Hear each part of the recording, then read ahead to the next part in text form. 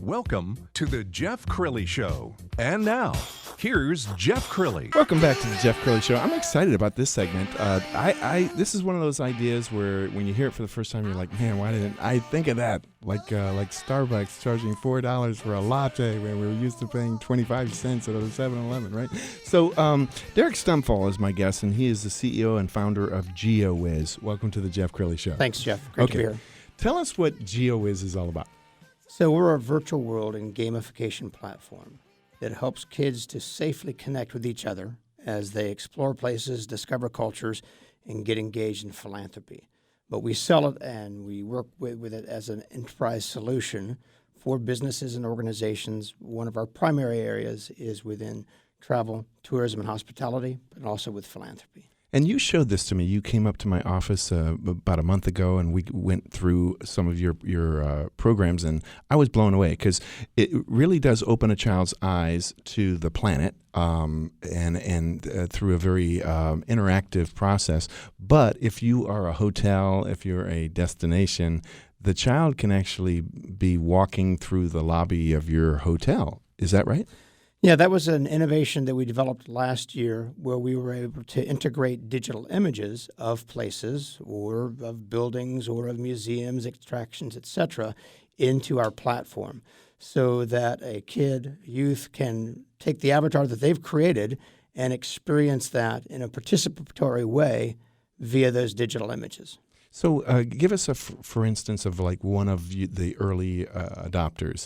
Who signed on and how are they using it? Sure. Well, one of our first projects happens to be with a faith-based organization, Prestonwood Baptist Church and PowerPoint Ministries in Plano, Texas. They do an annual trip to Israel, like a lot of churches and faith-based organizations do, but they wanted to figure out a way, how can we bring this to our parishioners or their children who don't have the opportunity, may be fearful to travel to Israel at this time, etc. And so we have created an avatar out of the senior pastor, and he is a tour guide for the trip to Israel. This is Jack Graham is an avatar? This is, as an avatar. That's awesome. Does it cost extra to get yourself as an avatar? No, we can make an avatar out of you as well, Jeff. Okay, cool. I think we should have a child wandering through the studios of the Jeff Crilley Show at some point. Well, if you look over your shoulder, there's one right now. You're funny. Okay, so where do you see this going? I mean, to me, the possibilities are really endless because you've got the technology now, and so do you see Disney World signing up? Do you see? Where does this go? Here's our premise. Virtual worlds, games, apps are so ubiquitous that our point of view is that they're more than just a product or service. They're now a channel of communication. Just in the last 4 years alone, kids between the ages of 5 and 15 have created over 1 billion accounts to virtual worlds and gaming platforms. And so it's not just a U.S. phenomenon, it's global. And increasingly it's becoming a way that people connect with messages. This is the most media-connected generation ever. Mm-hmm. And if you're not connecting with them the way that they connect with media, then there's a detachment or your message is going into a bit of a vacuum.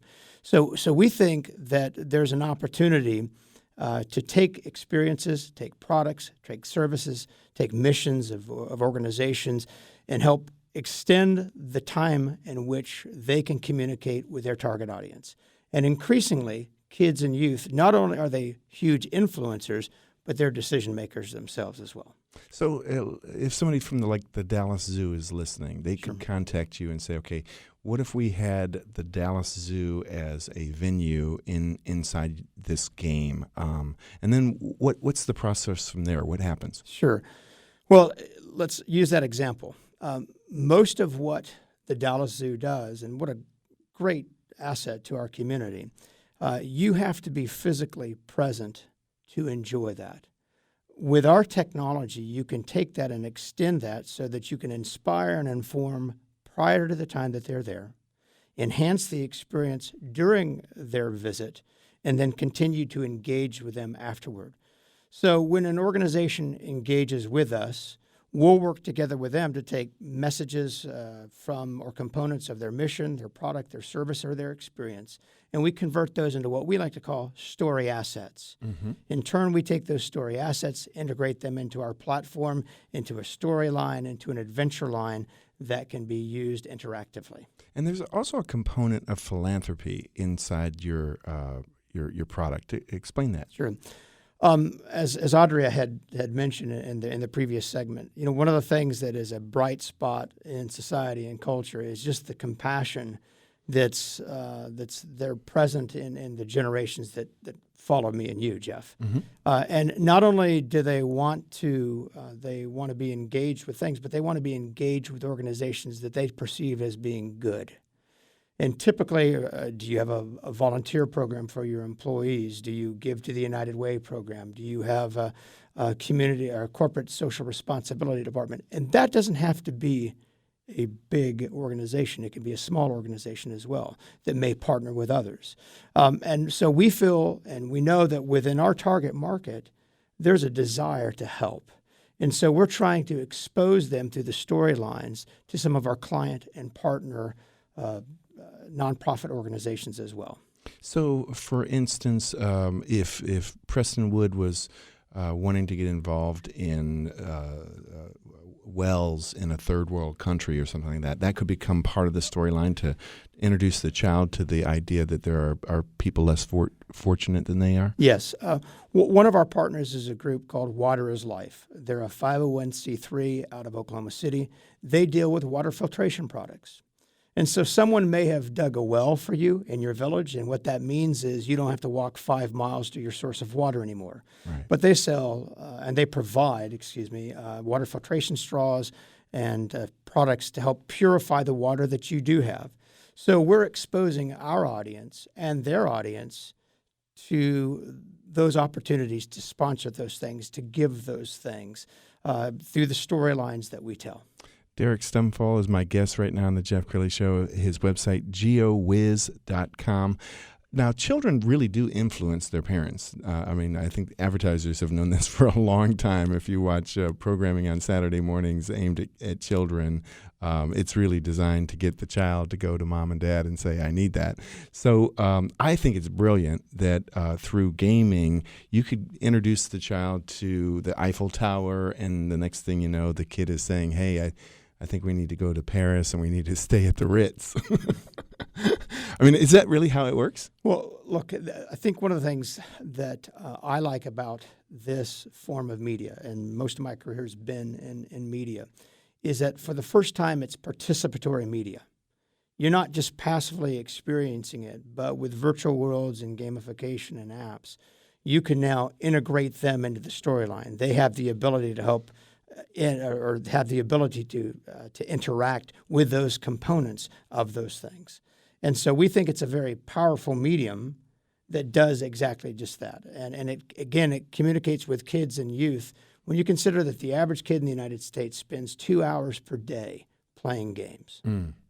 Well, let's use it for something that's more nutritional than cotton candy. Still has to be fun, still has to be entertaining, but how can we engage them in a way that helps them connect, helps them learn, helps them discover, and helps them get involved? Wow, I think this is fascinating.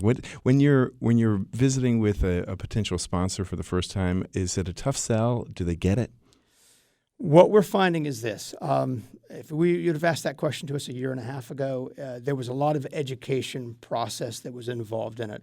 I'm not familiar with this technology, what's virtual world, what's an avatar, but increasingly more and more people are saying, I may not know the specifics and I may not know all that's involved with that, but I get it, and I think we need to use that to help communicate our message. Where do you see this going? Do you see going beyond the hospitality industry? Where else could you use this technology? Certainly within hospitality, travel, and tourism. We think also within healthcare. For example, to create virtual versions of healthcare facilities so that it's less intimidating for that child, that youth, before they get there. Another aspect of healthcare that we find is a particularly interesting application is helping to bridge that social disconnect. So if you have a child that's come in from quite some distance to come into a facility for 6 weeks of chemotherapy, for example. That's a tough issue they're having to deal with, but there's a social disconnect. They're away from their friends. They're away from their family members. These are some tools that can help them bridge that. I think it's brilliant. Audrey, I think there's probably some applications here for politicians. Introducing the child to politics and casting ballots and in this presidential cycle, we've had a lot that have acted more as avatars than they have as presidential candidates. All right, give us your website one more time. It's GeoWhiz. That's GeoWhiz.com. Awesome. Thank you so much for Thanks, being on the Jeff Crilley Show. Just ahead, a nonprofit that will touch your heart in the way it helps our military heroes and their families. The Folds of Honor Foundation is coming up next on the Jeff Crilley Show.